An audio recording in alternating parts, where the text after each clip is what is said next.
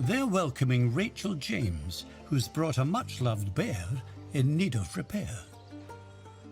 Hello. Hello. Hey. Hi. Welcome to the barn. Thank you. Who have we got here? This is Freddie. Freddie. Oh my goodness, tell us about Freddie. I've had him for over 30 years now. Right. My mum took me to the zoo when I was about 5 and a moose came out and frightened me. So I dropped my teddy and left my teddy behind. So my mum had to find an alternative.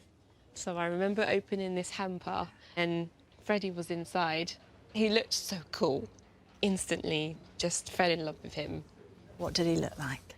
I think the thing that hit me the most was the excitement of a bear that I could change and dress up, and he almost looked like a whole bear, and then you took him off. And then he became a bear. And then he became a bear, yeah. In his underwear? In his underwear. I love that.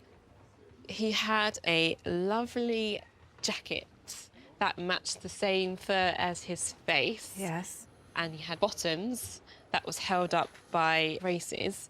And these are all bumblebees. Can you tell us a bit more about your mum? What's her name? Angela. And she's a single mum. Two of us running around.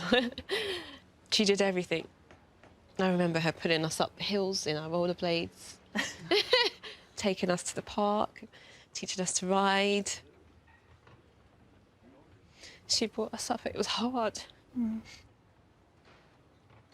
She did everything, not buying clothes for herself, to put clothes on us and ensuring we went to uni. And Wow.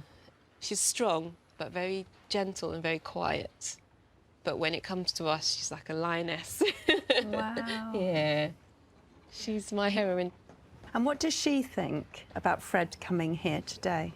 Oh, she's ecstatic because she knows how much Really? I love that bear. He's always on my bed. She goes, Rachel, you're in your 30s.